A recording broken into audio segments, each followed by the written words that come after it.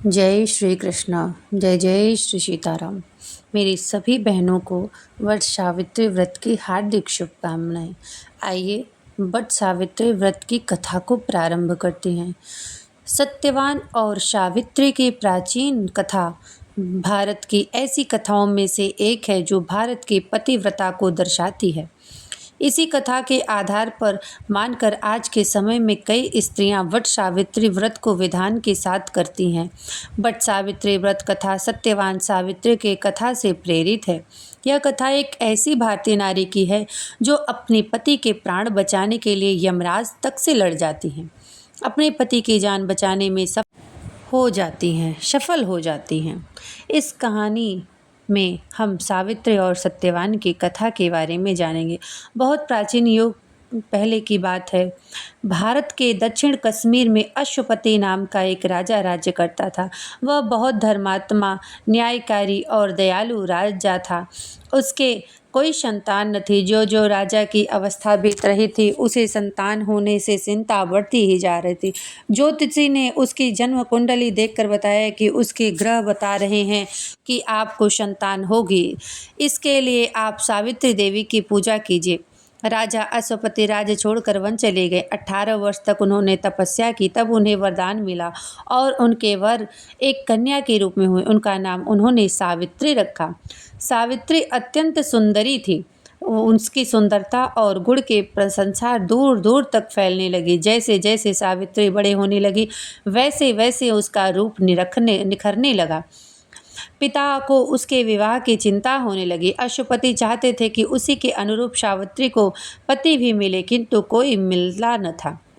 सावित्री का मन बहलाने के लिए अश्वपति ने उसे तीर्थ स्थान के लिए भेज दिया और उसे आज्ञा दी कि तुझे पति चुन लेने की पूर्ण स्वतंत्रता देता हूँ। सावित्री का रथ जा रहा था कि उसे एक अद्भुत स्थान दिखाई दिया। अनेक सुंदर वृक्ष के चारों ओर हरियाली थी। वहीं एक युवक घोड़े के बच्चे के साथ खेल रहा था। उसके सिर पर जटा बनी थी। वह छाल पहने हुए उसके मुख पर तेज था। सावित्री ने देखा और मंत्री से कहा, आज यहीं विश्राम करना चाहिए। रथ जब ठहरा तो वह युवक परिचय पाने के लिए उनके पास आया। उसे जब पता चला कि वह राजकुमारी है तो वह उन्हें बड़े सम्मान से अपने पिता के आश्रम में ले गए। उसने यह भी बताया कि मेरे पिता दृष्टिहीन है माता। मेरे पिता की किसी समय शालवा देश के राजा थे। वह इस समय यहाँ तपस्या कर रहे हैं और मेरा नाम सत्यवान है। दूसरे दिन सावित्री घर लौट गई और बड़ी लज्जा तथा शालीनता से उसने सत्यवान से विवाह करने की अनुमति मांगी। राजा अश्वपति बहुत प्रसन्न हुए। सावित्री को उसके अनुरूप वर मिल गया, किंतु बाद में ज्योतिषियों से पता चलता है कि सत्यवान की आयु बहुत कम है। वह 1 साल से अधिक जीवित नहीं रह पाएगा। यह जानने के बाद पिता उनको बहुत प्रकार से समझाते हैं, परंतु सावित्री दुखी हो गई। उन्होंने सावित्री को सब प्रकार से समझाया। ऐसा विवाह करना जन्म भर के लिए दुख मोल लेना है। सावित्री ने कहा, पिताजी, मुझे इस संबंध में आपसे कुछ कहते हुए संकोच और तथा लज्जा का अनुभव हो रहा है। मैं विनम्रता के साथ यह निवेदन करना चाहती हूँ कि आप मुझे वर चुनने की स्वतंत्रता दी थी। मैंने सत्यवान को वर चुन लिया। अब अपनी बात से हटना आपके आदर्श का अपमान हुआ।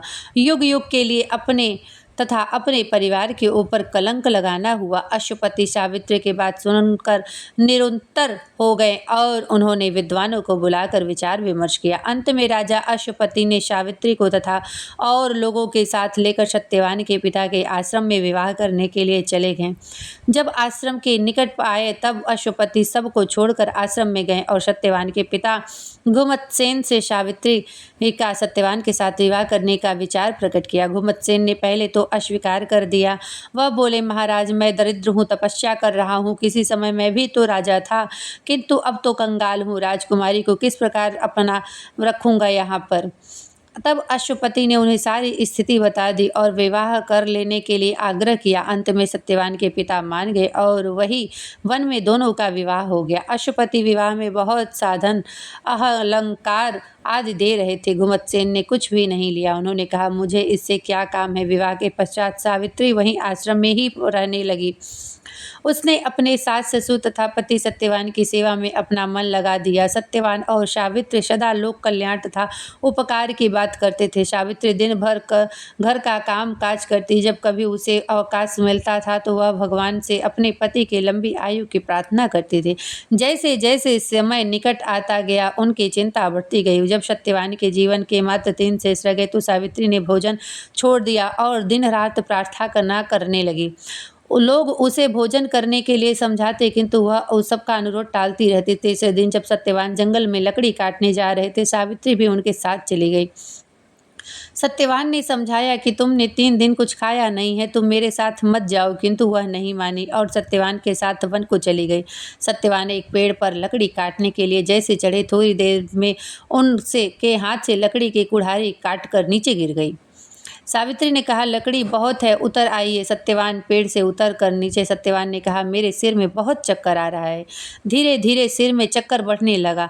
सत्यवान धीरे धीरे बेहोश होने लगे और कुछ क्षण में उनके प्राण पखेरु उड़ गए। यह सब सावित्री पहले से जानती थी, फिर भी उसने अपने पति के निष्प्राण देखा। वह रोने लगी। उसी समय उसे जान पड़ा कि कोई भयानक तेज पूर्ण परछाई उसके सामने खड़ी है। उसे देखकर सावित्री भयभीत हो गई। फिर अचानक न जाने कहां से उसमें बोलने का साहस आ गया। उसने कहा, प्रभु आप कौन है? उस छाया ने कहा, मैं यमराज हूँ, मुझे लोग धर्मराज भी कहते हैं। मैं तुम्हारे पति के प्राण लेने आया हूँ। तुम्हारे पति की आयु पूरी हो गई है, मैं उसके प्राण लेकर जा रहा हूँ। इतना कहकर यमराज सत्यवान के प्राण लेकर चले गए। सत्यवान का शरीर धरती पर पड़ा रहा। सावित्री भी यमराज के पीछे पीछे चलने लगी। थोड़ी देर बाद यमराज ने मुड़कर पीछे देखा तो सावित्री सी भी पीछे चली आ रही थी। यमराज ने कहा, सावित्री तुम कहाँ चली जा रही हो? तुम्हारी आयु बाकी है, तुम हमारे साथ नहीं आ सकती, लौट जाओ। ना कहकर यमराज आगे बढ़े। कुछ देर बाद यमराज ने फिर मुड़कर देखा तो सावित्री चली आ रही थी। यमराज ने फिर कहा, तुम क्यों मेरे पीछे आ रही हो? सावित्री बोली, महाराज मैं अपने पति को कैसे छोड़ सकती? महाराज ने कहा, जो ईश्वर का नियम है वह नहीं बदला जा सकता। तुम चाहो तो कोई वरदान मांग लो, केवल सत्यवान का जीवन छोड़कर जो मांगना है मांग लो, चली जाओ। सावित्री ने बहुत सोचकर कहा, मेरे सास ससुर देखने लगे, उनका राज्य वापस मिल जाए। यमराज ने कहा, ऐसा ही होगा। थोड़ी देर बाद यमराज ने देखा कि सावित्री फिर पीछे पीछे आ रही। यमराज ने कहा, सावित्री को बहुत समझाया और कहा, अच्छा एक वरदान और मांग लो। सावित्री ने कहा, मेरे पिता को संतान प्राप्त हो जाए। यमराज ने वरदान दे दिया और आगे बढ़ गए। कुछ दूर हो जाने के बाद उन्होंने पीछे गर्दन घुमाकर देखा, सावित्री चली आ रही थी। उन्होंने कहा, सावित्री तुम क्यों चली आ रही हो? ऐसा कभी नहीं हुआ, कोई जीवित शरीर मेरे साथ नहीं जा सकता, इसलिए तुम लौट जाओ। सावित्री ने कहा, अपने पति को छोड़कर नहीं जा सकती, शरीर का त्याग कर सकती हूँ। यमराज चकरा गए कि एक ऐसी स्त्री इतनी देर से कोई बात नहीं मानती, पता नहीं क्या करना चाहिए। उन्होंने कहा, अच्छा एक वरदान मुझसे और मांग लो, मेरा कहना मानो, भगवान की जो इच्छा है उसके विरुद्ध लड़ना बेकार है। सावित्री ने कहा, महाराज यदि आप वरदान देना चाहते हैं तो यह वरदान दीजिए कि मुझे संतान प्राप्त हो। यमराज ने कहा, ऐसा ही होगा। यमराज आगे बढ़े किंतु कुछ ही दूरी पर उन्हें ऐसा लगा कि वह लौटी नहीं। यमराज को क्रोध आ गया। यमराज ने कहा, तुम मेरा कहना नहीं मानती हो। सावित्री ने कहा, धर्मराज आपने मुझे संतान प्राप्ति का आशीर्वाद दे चुके हैं और मेरे पति को अपने साथ लिए जा रहे हैं, यह कैसे संभव है? यमराज को अब ध्यान आया। उन्होंने सत्यवान के प्राण छोड़ दिए और सावित्री की दृढ़ता और धर्म की प्रशंसा करते हुए चले गए। इधर सावित्री उस पेड़ के पास पहुंची जहां सत्यवान जीवित पड़ा था। सावित्री ने अपनी धर्म तथा तपस्या के बल से असंभव को भी संभव बना दिया। तब से दृढ़ता में इतना बल होता है कि उसके आगे देवता भी झुक जाते हैं। इस प्रकार सावित्री हमारे देश की नारियों में सर्वश्रेष्ठ हो गई और आज तक वह हमारे देश का आदर्श बनी हुई है। वट सावित्री के दिन सुबह जल्दी उठकर स्नान करें, जल में गंगा जल और हल्दी मिलाएं और पीले या लाल वस्त्र पहने वट वृक्ष की पूजा का संकल्प करें। घर में या मंदिर में वट के पास आसपास सफाई कर लें और बरगद के पेड़ में जल चढ़ाएं। पूजा में बांस का पंखा, कलावा, कच्चा सूत, रोली, सिंदूर, फूल, अक्षत, धूप, दीप, फल, भीगे हुए चने और सुहाग की सामग्री, बिंदी, चूड़ी, मेहंदी अनिवार्य रूप से रखें। बरगद के पेड़ पर रोली, सिंदूर लगाएं, फूल व फल बनाएं। सावित्री और सत्यवान की प्रतिमा बनाकर उनकी पूजा करें। कच्चे शुद्ध कलावा को बरगद के चारों ओर घुमाएं, 7, 11 या 108 बार लपेटें। परिक्रमा करते समय पति की लंबी उम्र की भगवान से कामना करें। परिक्रमा के बाद वट सावित्री व्रत की कथा सुने या पढ़ें। इसके बाद दीप और कपूर से आरती करें। शाम को पूजा के बाद भीगे चने खाकर मीठा फलाहार ग्रहण करके व्रत को खोलें। पूजा के समय पूजा में बट वृक्ष के पत्तों का गहना जरूर पहना जाता है। मंगलसूत्र और पत्ते का ऊपर श्रृंगार करें बाल में। बट वृक्ष में ब्रह्मा विष्णु महेश का वास है, इसलिए उनका पूजन करें। इस दिन शनिचरी अमावस्या है, तो इस दिन शनि देव की भी पूजा करें। अमावस्या में पितरों की पूजा की जाती है, इसलिए उनकी भी पूजा करें। अमावस्या में दूध और चने का विशेष महत्व है, इसलिए और गुड़ आटा की बड़ी बना करके वह भी भोग लगाया जाता है। पूड़ी कचौड़ी आदि अपने अपने परिवार की परंपरा के अनुसार पूजा जरूर करें। पूजा का समय सुबह 4 से 4:48 तक रहेगा। अभिजीत मुहूर्त प्रतिदिन 11:57 से 12:38 तक होता है और गोधूली मुहूर्त 7:04 से 7:25 तक। और इसके अलावा आप पूरे दिन में किसी समय भी पूजा कर सकते हैं, क्योंकि पूरा समय शुभ है और बहुत ही अच्छा है। इस दिन आप बड़े प्रेम भाव से, भक्ति से वट सावित्री व्रत का अनुष्ठान लें, व्रत की भगवान की पूजा करें और अपने पति की लंबी उम्र की कामना करें। भगवान की कृपा से आपकी सभी मनोकामना पूरी होगी। कहीं कहीं पर यह व्रत ज्येष्ठ माह की पूर्णिमा को मनाया जाता है, किंतु इस बार यह 16 मई अमावस्या को 16 मई को करेंगे। और जो लोग पूर्णिमा को यह व्रत करते हैं वे 26 जून को पूर्णिमा पर यह व्रत करेंगे। जय श्री राम। पूजा सामग्री में खरबूजा और आम, खीरा आदि फल रख सकते हैं। अगर बट वृक्ष नहीं है तो आप बट के पत्ते मंगाकर गमले में रख करके उससे भी पूजा कर सकते हैं। भिगोए हुए चने रख लें, पूड़ी रख लें।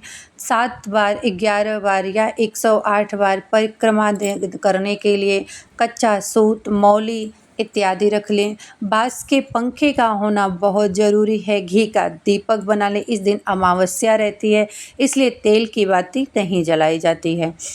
आप घी की बाती रख लें और कपूर रख लें। पंखा ज़रूर रखें और सत्यवान को पंखा हाथ लगाएं। अब वहाँ से पंखा जो आप लिए हैं उससे पूजा के बाद उसमें हल्दी का छापा मारते हैं। पेड़ में भी छापा मारने के बाद उस पंखे पर 7 बार या 5 बार सिंदूर की टिक्की लगाते हैं, बिंदी लगाते हैं और पुनः उसी पंखे से शाम के समय अपने पति का चरण धो लें और चरण धोकर उस जल को पान करें। और पंखे से, अगर पंखा से संभव न हो तो अपने आंचल से ही पति को हवा देना चाहिए।